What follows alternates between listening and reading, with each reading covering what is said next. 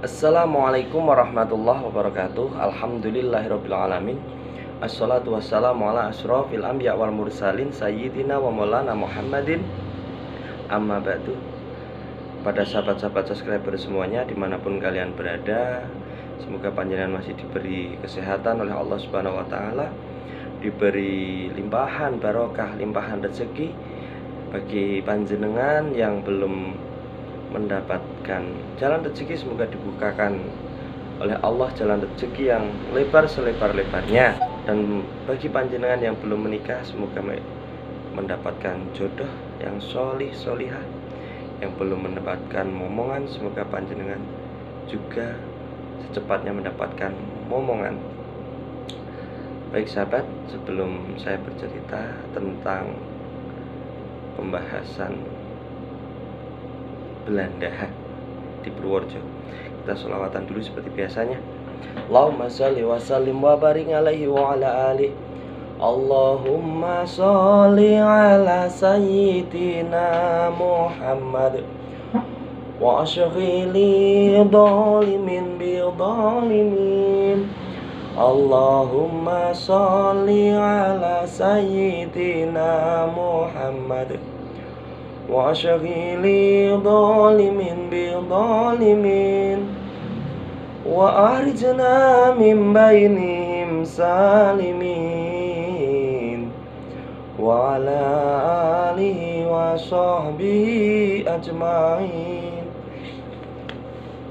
Baik sahabat, tadi sudah di awal kita sudah melihat beberapa peninggalan jejak kolonial Belanda di Purworejo ya, yang mungkin sampai saat ini masih ada yang dipakai untuk kantor dan lain sebagainya.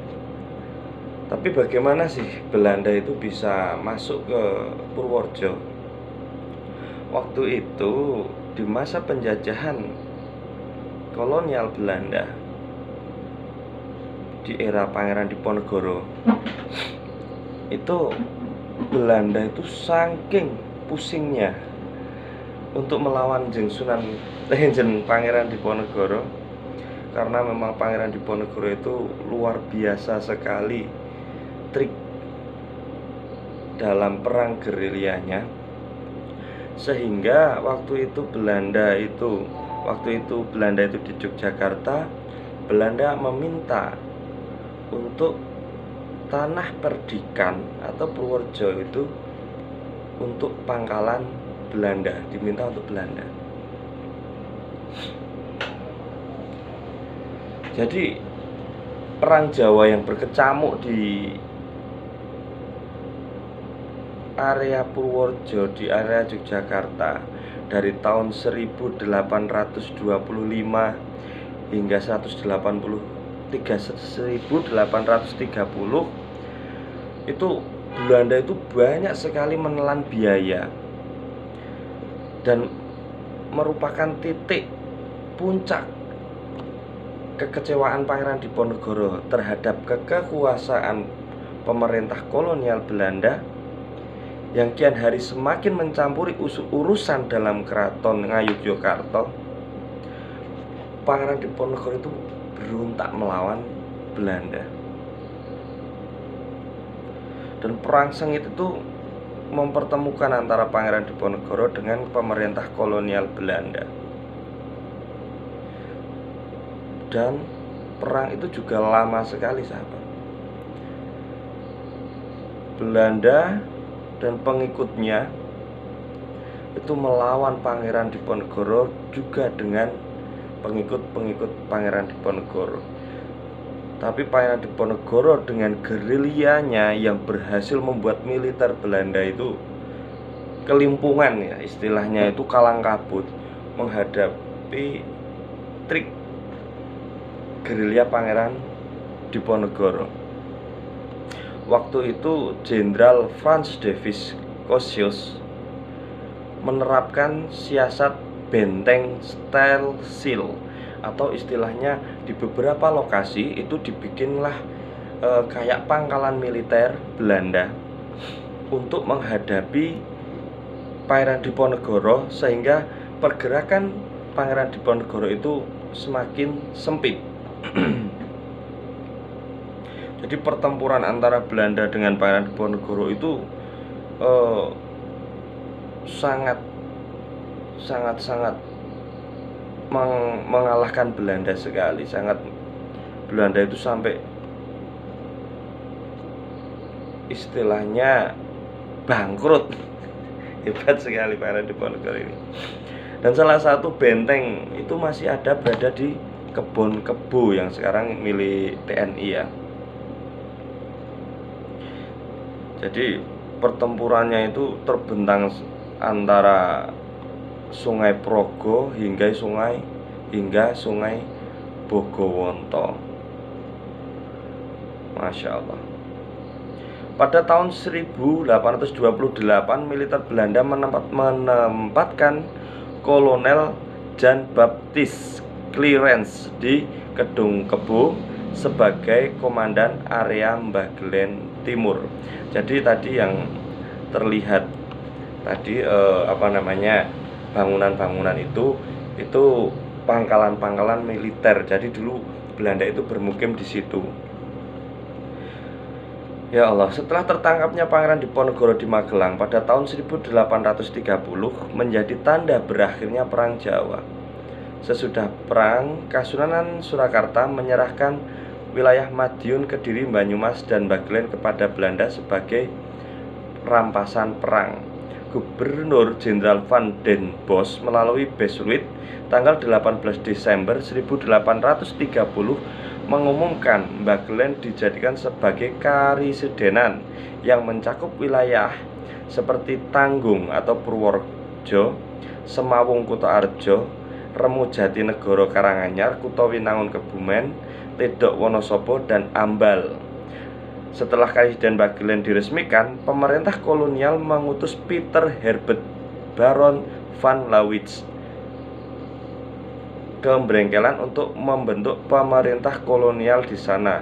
Namun, Brengkelan yang dirasa kurang patut untuk sebuah Hoofdplaats atau pusat pemerintahan akhirnya diganti dengan nama Purworejo yang berarti awal dari kemakmuran. Dan pasca itu bupati yang dipilih untuk menjadi bupati pertama itu adalah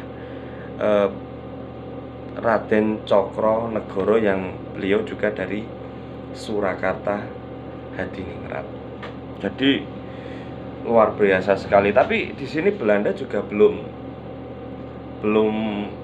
istilahnya tuntas, karena anak buah dari Pangeran Diponegoro itu masih banyak sekali yang menelusup, entah itu bersembunyi di mana itu masih banyak sekali pertempuran kecil-kecil itu sebenarnya.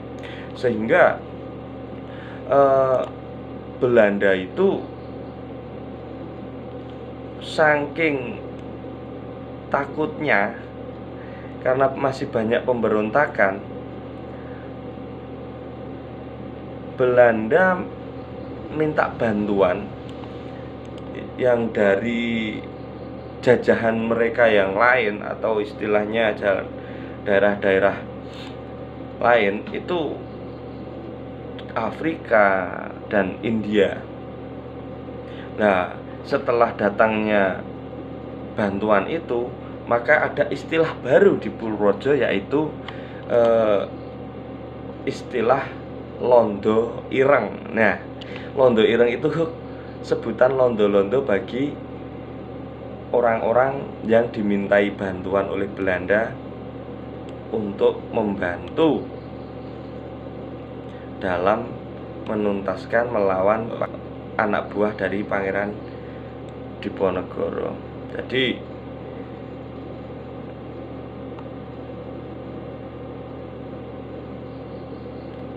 walaupun sampai sekarang juga masih banyak keluarga-keluarga dari Londo Ireng itu sendiri.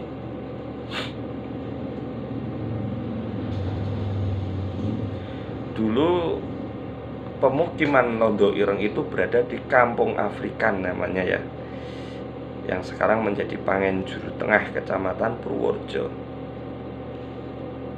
Jadi mereka itu adalah tentara-tentara bayaran yang dari Afrika India untuk melawan pasukan-pasukan dari Pangeran Diponegoro. Jadi memang luar biasa sekali perjuangan Pangeran Diponegoro ini melawan Belanda. Jikalau dia tidak mengadakan perjanjian di Salaman Magelang, mungkin juga Belanda akan lebih kalah lagi. Karena itu trik Belanda juga mengalahkan Jeng Pangeran Diponegoro.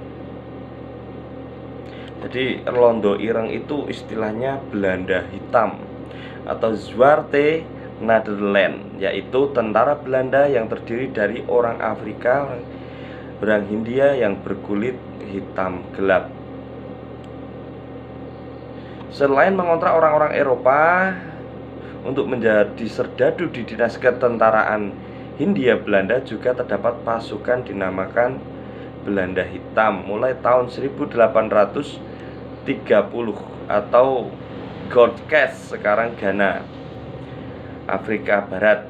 Belanda membeli budak-budak dan melalui St. George Delmina dibawa ke India Belanda untuk dijadikan serdadu. Masya Allah. Untuk setiap kepala atau setiap orang ya istilahnya, Belanda membayar F100 kepada Raja Asante sampai tahun 1872. Jumlah mereka kemudian mencapai 3.000 orang dan dikontrak untuk 12 tahun atau lebih. Berdasarkan nasionalis Gregorian atau peraturan kewarganegaraan, mereka masuk kategori kebangsaan Belanda, sehingga mereka dinamakan Belanda Hitam atau Londo Ireng. Tapi sedikit ya sahabat, saya ceritakan lagi. Jadi memang orang-orang Jawa itu pada waktu posisi melawan Belanda itu luar biasa sekali di bawah kepemimpinan Pangeran Diponegoro, sehingga Pangeran Diponegoro memang membuat Belanda itu bangkrut dan kalang kabut. Jadi